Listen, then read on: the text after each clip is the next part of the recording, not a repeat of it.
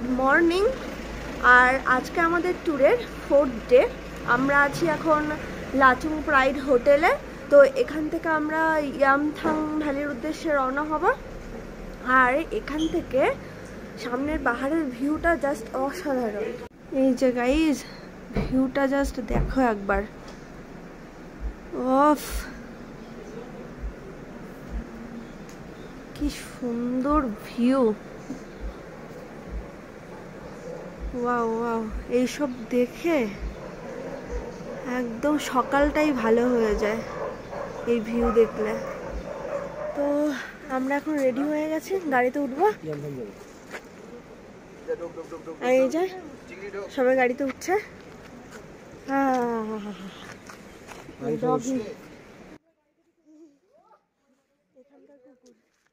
লাচুংয়ে এসে দেখা হয়ে গেল নতুন 2 সদস্যের সাথে।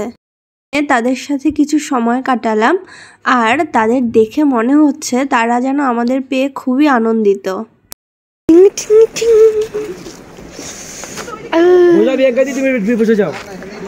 আর এই যে সামনের ভিউটা। তো চলো যাওয়া যাক।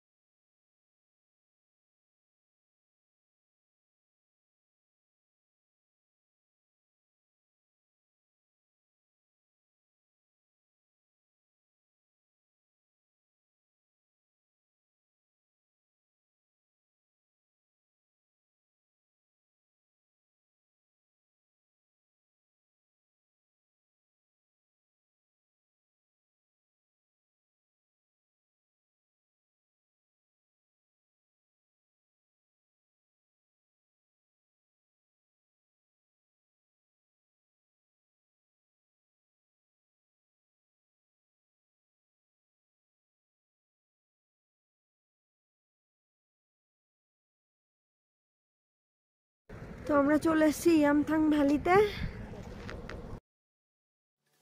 ঋতু পরিবর্তনের সাথে সাথে এই ইয়ামথাং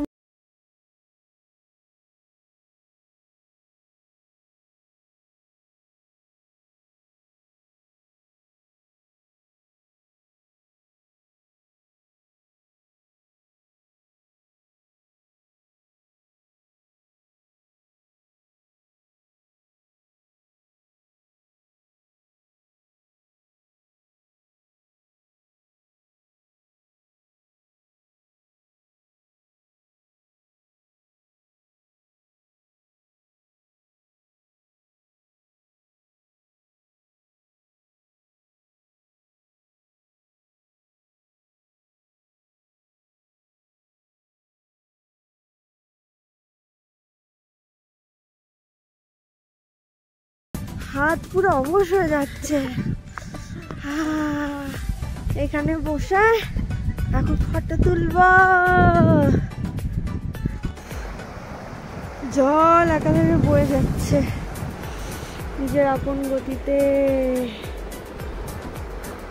জলটা একটু হাত দিতে হবে।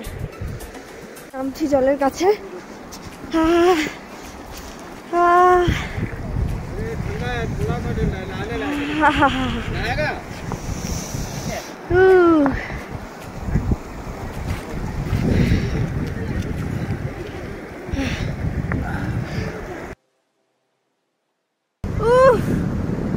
আর বাড়িতে যাব না। তো সুযোগ বুঝে একটু ফটোশুট করে নিলাম নদীর ধারে বসে।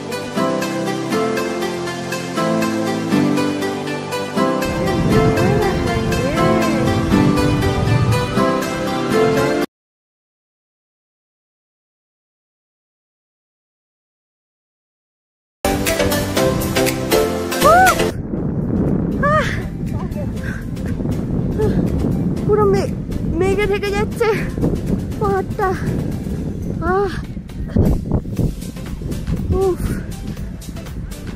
এত সুন্দর জায়গা, বাড়িতে যাবো না, এখানে থেকে যাবো এরকম মনে হচ্ছে।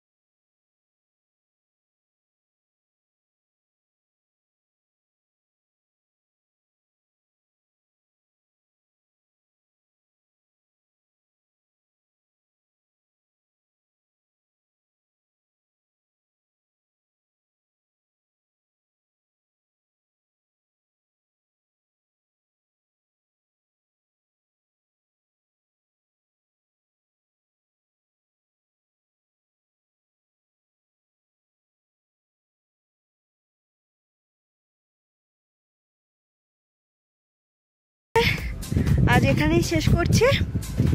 ইচ্ছে তো করছে না এখান থেকে আর ফিরে যেতে, অনেকটা টাইম এখানে কাটিয়েছি। তো তো আমরা এখন গাড়ির দিকে যাচ্ছি। উফ, টাটা ইয়ামথাং।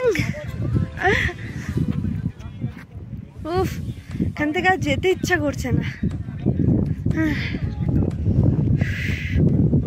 তো চলো গাড়িতে যাই। আজ এই পর্যন্তই।